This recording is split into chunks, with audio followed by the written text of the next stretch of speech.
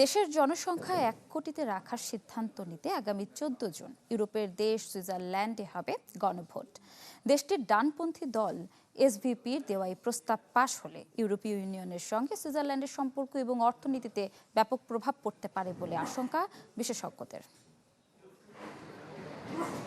জনসংখ্যা বৃদ্ধি কি দেশের জন্য বোঝা নাকি অর্থনীতির উন্নয়নে প্রয়োজনীয় শক্তি?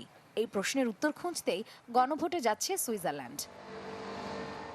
দেশটির ডানপন্থী দল সুইস পিপলস পার্টি বা এসভিপির প্রস্তাব দেশের জনসংখ্যা ১ কোটির বেশি হতে দেয়া যাবে না। দলটির সমর্থকরা বলছেন, দ্রুত জনসংখ্যা বৃদ্ধির ফলে সড়ক, গণপরিবহন এবং অবকাঠামোর ওপর বাড়তি চাপ সৃষ্টি করছে। এতে বাড়ছে বাড়ি ভাড়া ও সামাজিক নানা সমস্যা।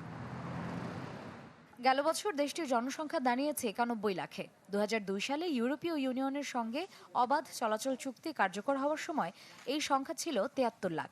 বর্তমানে দেশটির প্রায় ২৮% বাসিন্দাই অভিবাসী। গণভোটে অনুমোদন পেলে জনসংখ্যা ৯৫ লাখ অতিক্রম করার পর সরকারকে বিশেষ ব্যবস্থা নিতে হতে পারে যাতে তা ১ কোটিতে না পৌঁছে। কেননা ১ কোটি ছাড়ালে অভিবাসন সম্পর্কিত আন্তর্জাতিক চুক্তি বাতিলের বাধ্যবাধকতা তৈরি হবে।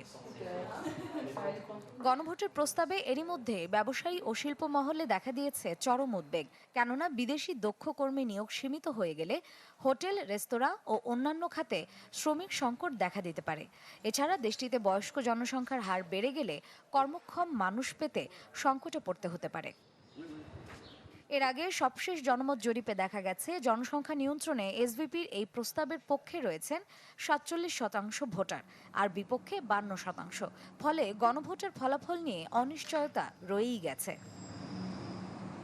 অভিবাসন নিয়ন্ত্রণ, অর্থনৈতিক প্রয়োজন এবং জনসংখ্যাগত বাস্তবতার মধ্যে ভারসাম্য খুঁজতে তাই কঠিন সিদ্ধান্তের মুখে সুইজারল্যান্ড। ধারণা করা হচ্ছে ১৪ জুনের গণভোটই বলে দেবে দেশটি কোন পথে এগোতে চায়। মার্জিয়া শ্রেয়া, চ্যানেল 24।